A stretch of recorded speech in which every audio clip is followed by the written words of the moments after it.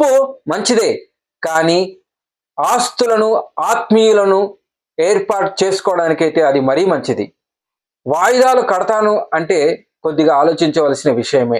సంఘజీవి అయిన మనిషి జీవితంలో వాయిదాలు అనేవి ఒక సింహ భాగం అయిపోయాయి. అలాంటి వాయిదాలు తీసుకునేటప్పుడు సూచనలు మీరు పాటించినట్లయితే మీకు సమస్యలు రాకుండా ఆ వాయిదాలు ఈజీగా క్లియర్ అయిపోతాయి. మరి ఆ యొక్క ఇన్స్టాల్మెంట్ గురించి తెలుసుకునే ముందు నేను MK Shankar, welcome to our channel Shankar's advisory. వాయిదాలను ఇంగ్లీష్లో ఇన్స్టాల్మెంట్ అంటారు. ఇది ఇంగ్లీష్లో సినోనిమ్గా చెప్పాలంటే ఈఎంఐ. పూర్తిగా మనము విశదీకరిస్తే ఈక్వేటెడ్ మంత్లీ ఇన్స్టాల్మెంట్.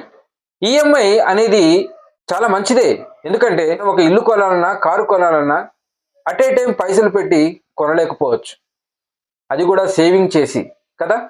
అలాంటప్పుడు మీకు హోమ్ లోన్ కానీ, కార్ లోన్ కానీ, ఎడ్యుకేషన్ లోన్ కానీ, ఇవి ఏ లోన్ అయినా కానీ మీరు తీసుకున్నట్లయితే పూర్తి కాలానికి ఈఎంఐ చెల్లించండి.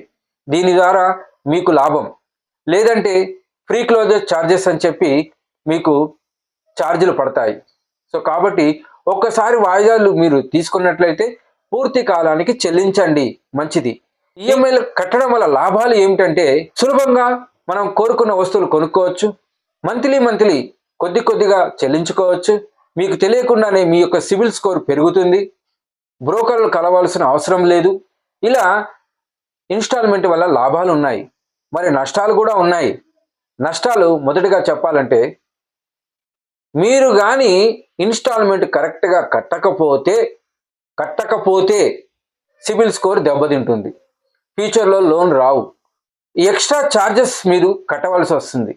ఫ్రీక్వెంట్లీ ఇన్స్టాల్మెంట్ చెక్ బౌన్స్ అయితే చెక్ బౌన్స్ ఛార్జెస్ కూడా కట్టవలసి అవుతుంది. అదే మొదటి బకెట్, రెండో బకెట్, మూడో బకెట్ అని ఉంటాయి. ఆ బకెట్లు దాటిపోయింది అనుకోండి, మీరు కంపల్సరీగా మీకు లీగల్ నోటీస్ వస్తుంది. ఆ యొక్క వస్తువును వారు జప్తు చేస్తారు, లేదంటే మీకు నోటీస్ వస్తుంది, మీరు జైలు పాలయ్యే అవకాశం కూడా ఉంది. కాబట్టి మీరు తీసుకునే వాయిదాలు ఏదైనా కానీ మీ యొక్క జీవితాన్ని ఆనందంగా సుఖంగా ముందుకు సాగాలి అంటే ఇప్పుడు నేను మీకు 3 సూత్రాలు ఇస్తాను. ఆ 3 సూత్రాలు మీరు పాటించండి, మీకు ఎప్పుడు కూడా ప్రాబ్లం రాదు. మొదటి సూత్రం, చెల్లింపులు 20% దాటకూడదు. నేను ఐఫోన్ కొనాలనుకున్నాను, దాని ధర ₹1,00,000 ఉంది. సో కాబట్టి నేను డౌన్ పేమెంట్ 20,000 కంపల్సరీ కట్టాలి.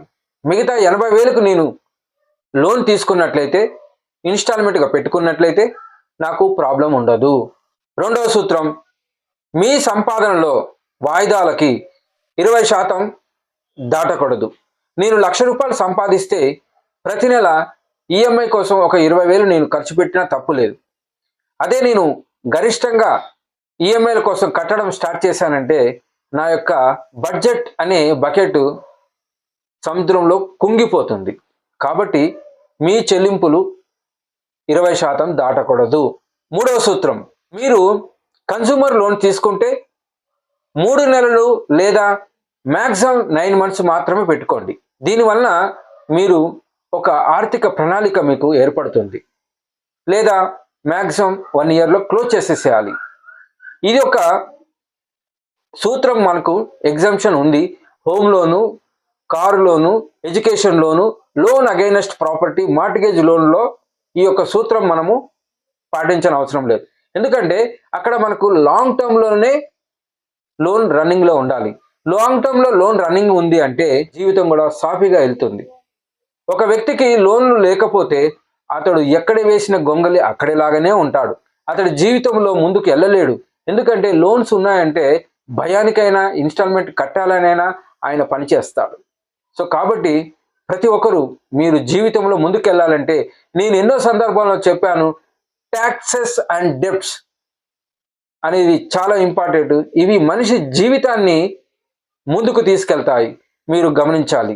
ఈ ఇన్స్టాల్మెంటు లోన్స్ ఉండడం వలన చేపలకు వెరగా వేస్తామో బ్యాంకర్స్ కూడా మనము ఈఎంఐలు కట్టడం అనేది ఒక ఎరగానే భావించాలి.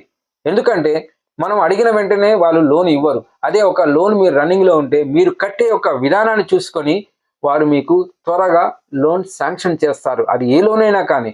మీలో ఉన్న ప్రతి ఒక్కరూ ఒక ఈఎంఐని మెయింటైన్ చేయండి, అది చాలా మంచిది. చివరిగా నేను చెప్పొచ్చే విషయం ఏంటంటే, మీ డబ్బు మీ ఇష్టం.